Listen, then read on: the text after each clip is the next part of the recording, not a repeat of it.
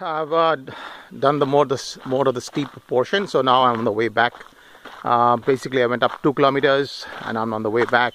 It's another 1.5 kilometers left back to the car park. What I want to sort of just comment upon is the issue of public goods. You know, I'm walking on a path that's gravelled. How do I show it to you? Basically, I look at it like this and show you nothing like this. This is the only you can see. I'm standing on a thing. I don't know whether you see it, but it's a gravel path. The path has wooden lining on the side, wooden timber sheets, planks, and then there's gravel. And in a few places there are some timbers in the middle to prevent the gravel from shifting. Now this all may appear very, very ordinary to us, but remember that in the same place, exactly where I'm walking, there were Aborigines walking here for 40,000 years. 40,000 years and not a single gravel path. 40,000 years and no public good. Public goods are a sign of civilization. The moment a society can create public goods, we know that it has become civilized.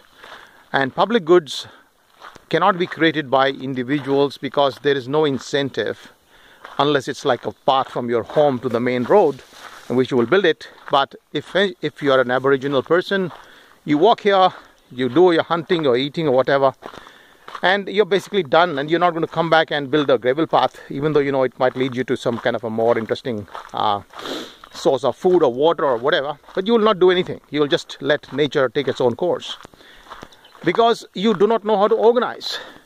Organizing with others, in collaboration with others, is one of the most difficult things. Now we understand barter and we understand trade, but these came well before public goods came into being. There's absolutely no doubt in my mind that some form of trade occurred for thousands of years before humans built the first road.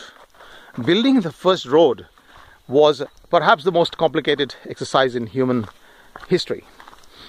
How did people get together and build and put some effort into something that would actually be used by others? That is the point about government, that it creates public goods. Now, this has all been created by the government or by the local council or whatever, and they essentially are using everybody's contributions, including potentially a small fraction of my contributions as a taxpayer in Victoria, to build and maintain these kind of public paths or gravel roads or whatever in the middle of a deep, dense jungle. And it gives significant value, even though it's used very rarely and sporadically. There's been absolutely no one around today. I've been here for about 1 hour now. No one around in anywhere near my vicinity, which means that it's not well frequented. But even then, there is this path. It's a safe path. You have to walk slowly because otherwise you slip. It's completely wet. It's foggy and it's very wet here, even though the rest of the city and the rest of the area down in the plains is completely dry. So this is almost like Mussoorie, and you come up to Mussoorie from Dehradun. You have a sudden climb, and this is what I experienced while coming from Tarra-Bulga. A very sudden climb, beautiful, in fact, more beautiful than Mussoorie in many ways. The views, the hills, and everything else, and then finally this lovely place to walk. And it's all been maintained by government. And the government is therefore extraordinarily important in human life. We will be, those who say we don't want government or whatever, they make a big mistake, because I thought there's a bit of a spider, but anyway, that's fine. Remember, this place has got some of the most poisonous spiders and some of the most poisonous snakes. Now, that doesn't mean that they hang on everywhere, but they can come once in a while. All right, now back to a relatively flat area, then another kilometer or so, and then I'm back to the car park. So I hope I can, the suspension bridge again. I'm walking on the suspension bridge. This again is a public good. It's crossing a very pretty vast kind of an area. I mean, it's not something that Aborigines could have ever possibly built. The technology required is extraordinarily high. The effort, the collaboration, the collection of resources, the expertise. This is called civilization. Civilization is all about public goods. Just remember that. And remember that public goods are all about government. And remember that government is the most difficult thing to create and understand and to make operate. But wherever governments can be made to function properly, those societies invariably flourish.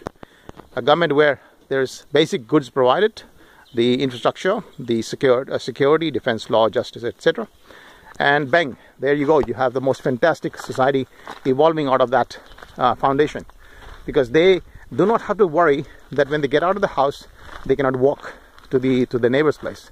Everything is looked after. All the public areas are looked after. All the parks, they can take a break, they can come to a park like this, get refreshed, go back to work like donkeys, earn money, and in the process support society. So that's how progress happens. Innovation, etc., all comes from the fundamental foundation. When you grow flowers, you need a bed on which the flowers can grow.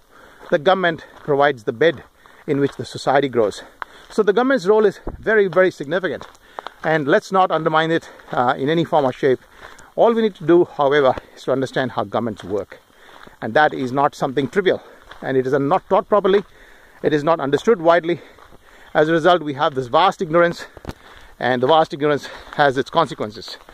The current system of government in India was created essentially by the British, who had come to a bit of an understanding of government over the years, and they implemented it in India, and we got the India Act, and then we copied that. But we really did not have any Indian experts in the field of governance, and they still don't exist, unfortunately. And that is why we have this pathetic situation of India. So try to understand governance, try to understand policy making process, try to understand what is unintended consequences, try to understand how you can ensure that people are contributing fairly and in their ability to pay to the public goods, because the provision of public goods is absolutely critical to the functioning of a healthy and a prosperous society. All right, I think that's enough for today. I've spoken for 10 minutes or 15 minutes earlier, 7 minutes now. I think that I've got the message across. Guys, pay attention if you can. I'm not a voice in the wilderness. I'm actually mainstream economist operating in a developed country.